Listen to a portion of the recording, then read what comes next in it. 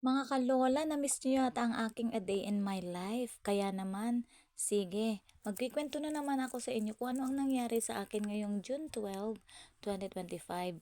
Araw pa naman ngayon ng kalayaan. Yes! Makakalaya na tayo. Makakalaya na tayo sa sobrang dami ng labahan kasi yung ating dalawang isa sa mga dahilan kung bakit laging tambak ang labahan natin ay doon na muna sila sa kadaitan kasi habang inihahanda nila ang kanilang mga kinabukasan. Pagkatapos nga namin mga lola na maihanda yung mga dadalahin namin, aba nako ay di bimahe na kami. Ang kaso, pagdating namin dito sa Awitan Paracali, tsimpong-tsimpo, saktong-sakto naman po na binubuhusan pa lang yung kalsada. My goodness, at tingnan nyo naman, oh, higanting-higanti yung anong tawag dito, ay mixer. Higanting mixer ang ginagamit. Kaya naman, Diyos ko po, inabot tayo ng 15 minutos, sobrang 15 minutos, at saka tsismosahan ng lola niyo. Naku, nilapitan natin. Akala natin, yung unang pagtigil, tapos na. Aba, meron pa pala, napakarami palang laman nun. Tumigil na naman. Akala ko tapos na naman. Diyos ko po, meron pa pala. Ang dami pala nitong laman kasi nga higanti yung mixer. Diyos ko, Mio, Ginoo. Kailan kaya ito matatapos? Diyos ko, Lord. Sa wakas, kahit naiinip kami sa paghihintay dahil nga meron kaming pupuntahan, sa wakas nakakatuwa dahil yehey, maaayos na ng tuluyan itong lugar na ito, itong kalsadang ito, at thank you Lord na andito na nga kami sa labo at yan, kasama natin ang ating bunsosoy na napangakuan natin na bibilhan ng ice cream. Kaya isinama natin. Ewan ko lang kung matutuhanan natin o yung pangako ko ay matupad. My goodness. Pagkatapos noon, dire-diretso kami ng punta sa Vinsons. Ayan, dito, inabot na kami ng ulan. Kaya medyo tumigil kami para takpan yung kasi may mga dala kaming bigas sa labas. Tapos yung basta maraming babasa, mga damit. Kaya tumigil muna saglit. At sa wakas nakarating na rin kami sa aming pupuntahan. Hindi na kami tumulong ng aking ikalawang anak sa pagbababa ng mga dala naming gamit sa boarding house. Agad kaming sumakay at dumiretso na dito sa JJQ Animal Bite. Kasi nga, sabi ko kanina sa inyo, ngayon yung second dose ni anak, kaya dumiretso na kami dito. Pagkatapos na niyang maturukan, ayun, naglakad kami at para bilhan ko sila ng ilan nilang mga kakailanganin ngayong week na ito na darating. Kasi nga, pasukan na.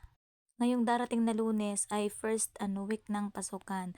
Dumiretso kami dito sa Itlogan, o 'di ba? Ang barato ng itlog, ang lalaki, 750 lang yung pinili natin.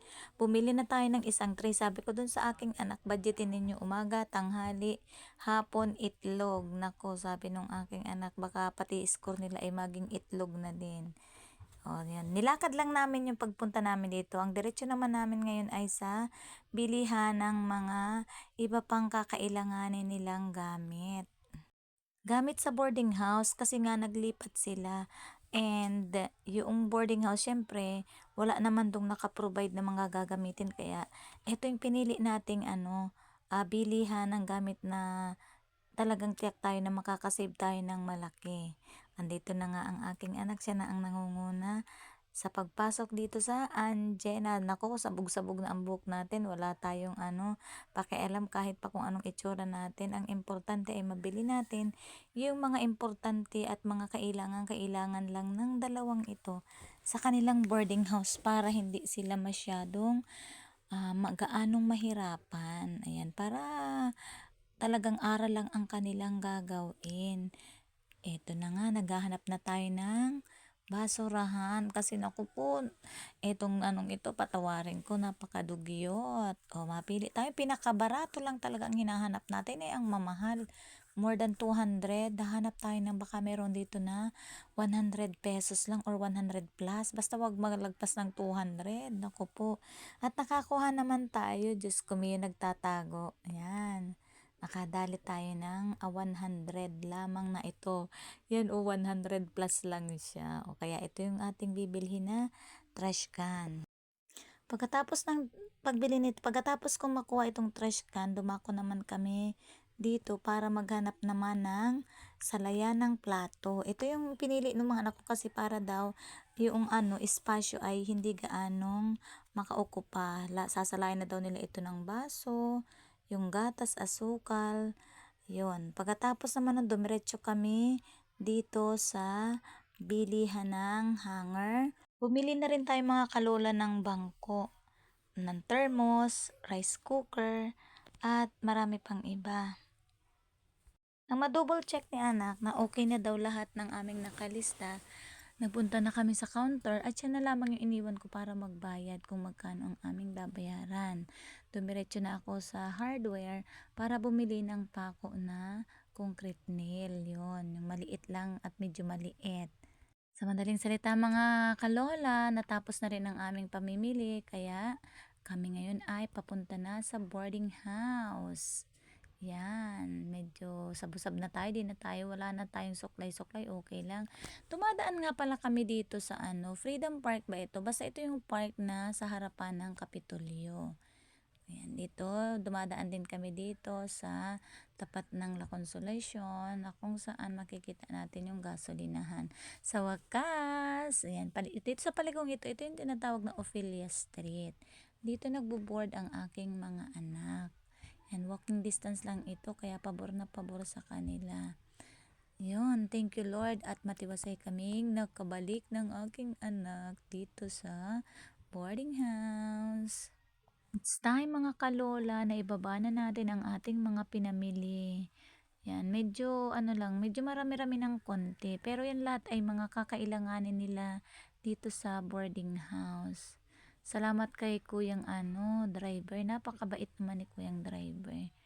Yan lang naman yung pinamili namin.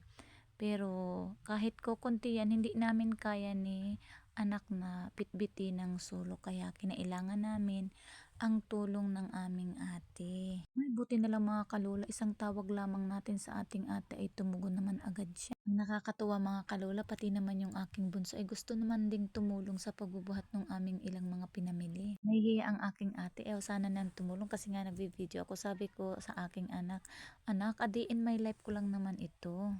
Pagdating namin, nagrereklamo na agad ang aking bunso. Ang gutom na daw siya. Kaya naman, isinama ko siya dito sa bilihan ng empanada. Itong The House of Empanada. Ito ay kalisyaan lamang ng State College. Si anak ang may alam nito. Tinuro lang niya sa amin. Kasi nga sabi ko, anong gusto ninyong meriendahan na hindi naman gaanong mahal. Pag kasi sa Jollibee, naku po, kulang ang 500. Buti na lang, sabi ni ate, dito na lang daw kami bumili sa House of Empanada.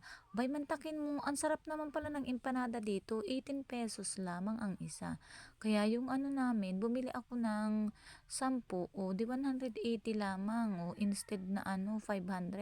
Kasi kung sa Jollibee, kami, 5, naku po, kulang ang 500 sa snackan, sa burger pa lang ay naku.